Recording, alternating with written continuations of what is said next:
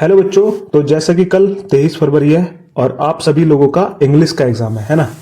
देखो, आप में से कुछ बच्चे ऐसे होंगे जिनकी इंग्लिश उतनी ज्यादा स्ट्रांग नहीं होगी जितने तुम्हारे अदर सब्जेक्ट्स होते हैं, है ना। तो एक अच्छा बच्चा जो होता है वो एग्जाम से पहले कुछ ऐसे काम करता है या कुछ ऐसी बातों को ध्यान में रखता है जिससे एक तो वो पास भी हो जाता है और उसके बहुत अच्छे नंबर आते हैं, है ना। कैसे? देखो, वो बच्चा क्या करता है, वो हमेशा उन टॉपिक्स को बहुत अच्छे से पढ़ता है जो एक तो सबसे ज्यादा नंबर के पूछे जाते हो एग्जाम में, है ना। और दूसरा सबसे इजी हो, है ना। तो इससे क्या होगा, वो एक तो पास हो जाएगा और उसके ठीक ठाक नंबर आ जाएंगे। तो आज मैं आपको इस वीडियो में कक्षा 10वीं के इंग्लिश में वो सारे टॉपिक्स बताने वाला हूं जो आपको एक बहुत अच्छे खासे नंबर दे करके जा सकते हैं। अगर आप लोग ने अभी तक इनको नहीं अच्छे से पक्का किया है तो इस वीडियो को देख के आप लोग इन टॉपिक्स को पक्का कर लो, है ना। तो चलिए शुरू करते हैं हम लोग। देखो भाई, यहाँ पर ये पीडीएफ है और ये पीडीएफ ना बहुत इंपॉर्टेंट है तुम सभी बच्चों के लिए जिनका कल एग्जाम है। तो एक मिनट, इसको मैं थोड़ा बड़ा कर लेता हूँ। ओके, तो यहाँ पर देखो भाई, ये पीडीएफ है और यहाँ पर लिखा हुआ है कि सन 2025 और 26 आप लोगों का एक सिलेबस है ये कि इंग्लिश में बोर्ड आपसे बस यही चीजें पूछने वाला है जो उसने यहाँ पर लिखी हुई है ना।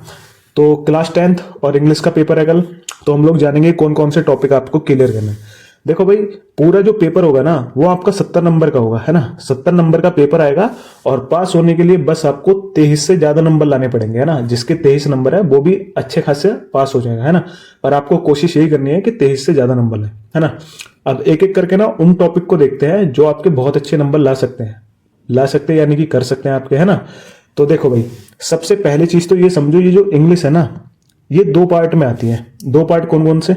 देखो भाई, इसको थोड़ा यहां से समझो। एक पार्ट होता है इसका ग्रामर का, है ना। एक पार्ट होता है ग्रामर का और एक पार्ट होता है लिटरेचर, जिसको आप लोग इंग्लिश बोलते हो प्रॉपर, है ना। तो एक पार्ट ग्रामर का हो जाएगा और एक हो जाएगा लिटरेचर का। तो ग्रामर का जो पार्ट है वो भी 35 नंबर का आता है और जो लिटरेचर का पार्ट है वो भी 35 नंबर का आता है। कुछ बच्चों की ग्रामर बहुत अच्छी होती है तो कुछ बच्चों की लिटरेचर बहुत अच्छा होता है ना। तो कोशिश ये करना दोनों में बहुत अच्छा खासा स्कोर करना। चलिए अब मैं बताता हूं कौन कौन से नंबर। तो सबसे पहले हम लोग ग्रामर से शुरू कर रहे हैं, यहां पर इसको रीडिंग, है ना। तो ग्रामर में देखो क्या होगा। सबसे पहले देखो भाई, यहां पर देखो, सबसे पहले ये चीज देखो, यहां पर पहले पॉइंट पे लिखा हुआ है कि 1 short unseen passage followed by 3 MCQ. यानी कि क्या है कि आप लोगों के 3 क्वेश्चन आएंगे जो कि एक पैसेज पर आधारित होंगे। मतलब सीधी सीधी बात ये कि आप लोग का एक पैसेज आएगा और उसमें आपको 3 क्वेश्चन मिलेंगे। अगर आप लोग उनका सही जवाब दे दोगे तो आपको एक एक नंबर मिल जाएगा। देखो, ये जो पैसेज आता है ना ये बहुत हल्का होता है। अगर आप लोग इसको बहुत अच्छे से पढ़ लोगे तो बहुत आसानी से इसको कर भी लोगे, है ना। तो सबसे पहली चीज तो 3 नंबर आपके यहां से क्लियर हो जाएंगे। और दूसरा क्या होता है, एक और अनसीन पैसेज आता है जो क्या होता है, इस बार 6 नंबर का होता है। अब ये जो पैसेज आएगा इसमें भी क्वेश्चन तो 3 ही होंगे आपके, पर हर एक क्वेश्चन कितने नंबर का होगा? 2 नंबर का होगा। तो इसका मतलब ये कि अगर आप लोग इस पैसेज को भी बहुत अच्छे से कर लेते हो तो आपके कुल कितने नंबर हो जाएंगे? 6 नंबर। अच्छा, यहां पर एक बोनस पॉइंट और है कि ये जो पैसेज आएगा ना दूसरे नंबर वाला, इसमें ना एक वोकैबुलरी का पोर्शन पूछा जाएगा, कोई भी एक शब्द पूछा जाएगा वोकैबुलरी का। अब ये जो शब्द का अगर तुम लोग अच्छे से आंसर दे दोगे तो 1 नंबर मिलेगा। तो मोटी मोटी बात क्या बता दी देखो मैंने, अगर तुम लोग केवल और केवल इन पैसेज को हल कर लेते हो तो आप लोगों को 10 नंबर यहां से मिल जाएंगे बहुत आसानी से, है ना। करना कुछ नहीं है, पैसेज को बहुत ध्यान से पढ़ो, बहुत अच्छे से पढ़ो और उसके सही आंसर दो, बिल्कुल, है ना। कभी कभार क्या होता है कि बहुत बच्चों के आंसर गलत हो जाते हैं, पर वो क्या करते हैं कि पैसेज को देखा और उसमें से क्या क्या कि आंसर टीप के लिख दे। भाई, टीप करके नहीं लिखना है, उसको समझो। इतनी हार्ड लैंग्वेज नहीं आती है पैसेज की कि तुम लोग उसको समझ भी ना पाओ, है ना। तो कोशिश ये करना इन दोनों पैसेज का बहुत अच्छे से आंसर दे देना, है ना। अगली चीज देखते हैं हम लोग। एक होती है राइटिंग स्किल्स, जिसको तुम लोग बोलते हो एस्से। तो ये जो एस्से होता है ना ये पूरे 10 नंबर का आता है, पर इसमें 2 चीज होती है डिवाइड। एक क्या होती है, एक होता है आपको लेटर, या फिर आप लोग बोल सकते हो एप्लीकेशन। जैसे आप लोग स्कूल में एप्लीकेशन लिखते हो ना छुट्टी लेने के लिए, to the principal and I beg to say फलाना ढिमकाना, ये सारी चीजें करते हो। तो इसी तरीके से तुमको बोर्ड एग्जाम में भी एप्लीकेशन लिखनी है। उसमें ऐसा नहीं कि बहुत अच्छे से या फिर कोई रॉकेट साइंस है उस एप्लीकेशन में, सेम यही एप्लीकेशन होती है। बस आपको टॉपिक देखना है कि टॉपिक क्या है, वो छुट्टी लेने का है या फिर किसी को इन्वाइट करने का है या किसी की बातों का जवाब देने का है या किसी के इन्विटेशन को रिप्लाई करने का है, वो चीज आपको देखनी है ना। तो ये जो एप्लीकेशन होती है ना भाई, ये पूरे 4 नंबर की होती है, ठीक है। तो 4 में से मोटा मोटा समझ लो, अगर तुम ठीक ठाक एप्लीकेशन भी लिख देते हो तो 3 या 3.5 नंबर तुमको मिल जाएंगे अच्छे खासे, है ना। और अगर बिल्कुल बढ़िया लिख देते हो तो क्या ही बात, पूरे 4 नंबर मिल जाएंगे, है ना। अब अगली चीज होती है इस राइटिंग स्किल्स के पोर्शन में दूसरे नंबर की चीज होती है डिस्क्रिप्टिव पैराग्राफ, जिसको तुम लोग बोलते हो एस्से। किसी भी एक टॉपिक पर तुमको एस्से लिखना होगा। जैसे कोई भी टॉपिक होगा, मान लो कोई एक किसी का नाम हुआ जैसे डॉक्टर राजेंद्र प्रसाद, इनके ऊपर आपको पूरा एक पैराग्राफ लिखना है ना, इस तरीके से। तो ये क्या होगा, ये 80 से 100 वर्ड का लिखना है आपको, और ये पूरे 6 नंबर का होगा। देखो इसको लिखना ना बहुत आसान है। करना क्या है, कोई भी एक व्यक्ति का नाम होगा या कोई भी ऐसा टॉपिक होगा, उसमें क्या करो, सबसे पहले उस टॉपिक के बारे में बता दो, जिसको हम लोग इंट्रोडक्शन बोलते हैं ना, इंट्रोडक्शन की फॉर्म में उसको बता दो।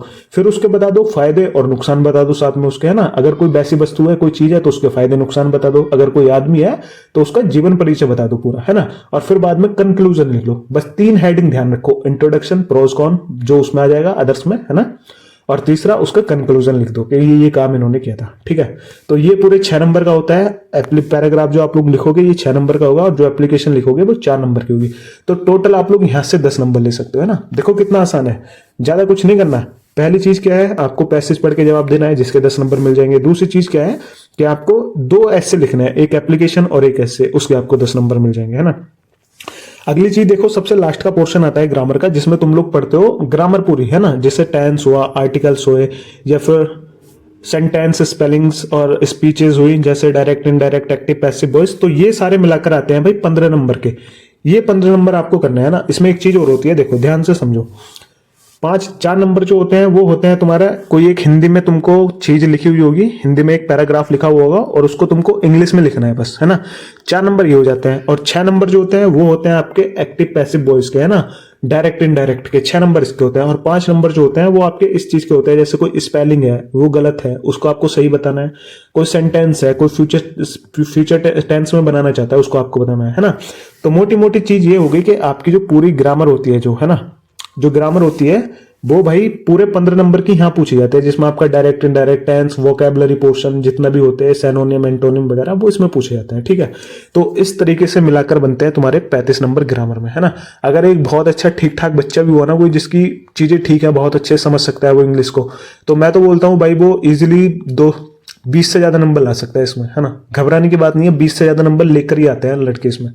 ठीक है, अगली चीज देखो, ग्रामर का पोर्शन हो गया। अब एक चीज और होती है लिटरेचर, जिसको तुम लोग इंग्लिश बोलते हो, है ना, जिसमें तुम लोग लेंचो वगैरह वाले चैप्टर पढ़ते हो, नेल्सन मंडेला वाला, तो वो चीज इसमें आती है लिटरेचर। अब लिटरेचर भी ना 3 उसमें होती है, एक प्रोज में होती है, एक पोएट्री में होती है, एक फुटप्रिंट विदाउट फिट, है ना। ये किताब होती है तुम्हारी। तो जो प्रोज होती है ना, इसमें आपका 15 नंबर का आता है, जिसमें आपसे शॉर्ट एमसीक्यूज पूछे जाते हैं केवल और केवल, है ना। जैसे आपसे लेंचो कौन था, या फिर लेंचो किससे प्रभावित था, या उसकी समस्या क्या थी, इस तरीके का क्वेश्चन होगा, है ना। 3-3 नंबर का क्वेश्चन आता है भाई। ऐसा क्वेश्चन अगर तुम लोग लिख दोगे अच्छा खासा, है ना, 30 से 40 शब्दों में लिखना है, और 3-3 नंबर का। 2 एमसीक्यूज आते हैं कि हु वाज लेंचो, कहाँ रहता था, है ना, वो एक वैली के सबसे टॉप पे रहता था, इस तरीके के क्वेश्चन आएंगे, है ना। और आगे की चीज पोएट्री, है ना। इसमें से क्या होगा, इसमें से आपके 2 एमसीक्यू आएंगे पोएट्री में से, और एक क्या होगा, एक लॉन्ग क्वेश्चन आएगा जो कि पूरे 3 नंबर का होगा, है ना। और यहाँ पर लिखा हुआ है कि 4 लाइन्स फॉर एनी पोएम और प्रिस्क्राइब इन द सिलेबस। आपको क्या लिखना है, एक सेंट्रल आइडिया लिखना है, या फिर कोई पोएम लिख देनी है ना, जो कि 3 नंबर का होगा, तो वो आपको कर देना है ना। इसी तरीके से ये जो अगला पोर्शन होता है, इसमें भी आपके एमसीक्यूज आते हैं 5 नंबर के, और 3 नंबर का एक लॉन्ग आंसर आता है, और 4 यहाँ पर लिखा हुआ है 1 long answer type question in about 60 word. 60 question का अगर तुम लोग आंसर दोगे तो 4 नंबर। भाई पूरे 35 नंबर आते हैं तुम्हारी कंप्लीट इंग्लिश से। अगर तुम लोगों ने अपने स्कूल में अच्छे से इंग्लिश पढ़ी होगी, जैसे लेंचो वाला चैप्टर था, ये सारी चीजें, प्रोस पढ़ी होगी, पोएट्री पढ़ी होगी, और फुटप्रिंट्स विदाउट फिट पढ़ी होगी, जो कि 12 नंबर की आती है, और ये 8 की, और ये आती है पूरे 25 नंबर की। इस तरीके से आप लोग लेकर के आ सकते हो उसको, है ना। तो बहुत आसान है इंग्लिश का सिलेबस। अब यहाँ से आप लोग देख लेना कि कौन कौन सी चीजें आप लोग कर सकते हो। जैसे ग्रामर में मैंने बता दिया कि भाई पैसेज का आंसर आप लोग दे सकते हो, मान करके चलता हूं मैं, तो पूरा दे सकते हो। एससीए और एप्लीकेशन आप लोग लिख सकते हो, तो 20 नंबर तो यहीं से हो जाएंगे, है ना। और क्या हुआ, चलो छोटी मोटी ग्रामर की स्किल्स आती होंगी तुमको कि कोई पैराग्राफ को आपने इंग्लिश में लिख दिया, तो अच्छे खासे नंबर होंगे 20 नंबर ग्रामर से, है ना। और इसमें से देखो सारे बच्चे ले आएंगे, 2 एमसीक्यूज होंगे, 2 का आंसर देना है, 2 नंबर पक्के। एक 3 नंबर का क्वेश्चन होगा पूरा पक्का, है ना। 30 से 40 वर्ड में क्वेश्चन होंगे, 2 क्वेश्चन होंगे, 6 नंबर पक्के। तो इस तरीके से भाई जो तुमको चीज आती है ना, उनको ध्यान दो, है ना, जो चीजें हल्की लगे तुमको। जैसे अगर मैं तुमको बताऊंगा तो मैं तो ये बोलूंगा भाई, तुम लोग एक काम करो, ग्रामर के 20 नंबर इस तरीके से आप लोग पक्के कर लो कि एक आप लोग पैसेज वाला पोर्शन कर लो, एक राइटिंग स्किल वाला कर लो, और एक ग्रामर का, है ना। तो ये चीज बहुत आसानी से हो भी गई होगी। और लिटरेचर में आप लोग सारे चैप्टर्स पढ़ लो एक एक करके, सबके लॉन्ग क्वेश्चन, वो लॉन्ग क्वेश्चन जो प्रीवियस ईयर में पूछे जा चुके हैं उनको अच्छे से रीड कर लो, और एमसीक्यूज तो आप लोग सारे कर ही दोगे, है ना। तो बस इस वीडियो को बनाने का उद्देश्य इतना ही था कि कल एग्जाम है और जो चीजें तुम्हारी अभी तक पक्की नहीं है इस पूरी पीडीएफ को देख के आप लोग उसको पक्का कर लो, है ना, बहुत अच्छे से। ये तुमको यूपी बोर्ड की वेबसाइट पे मिल जाएगी ये वाली पीडीएफ, वहां से जाकर के डाउनलोड कर लेना और टिक कर लेना कि क्या क्या चीजें तुम्हारी पक्की नहीं है। मैं मिलूंगा आपसे नेक्स्ट वीडियो में, तब तक के लिए बाय बाय।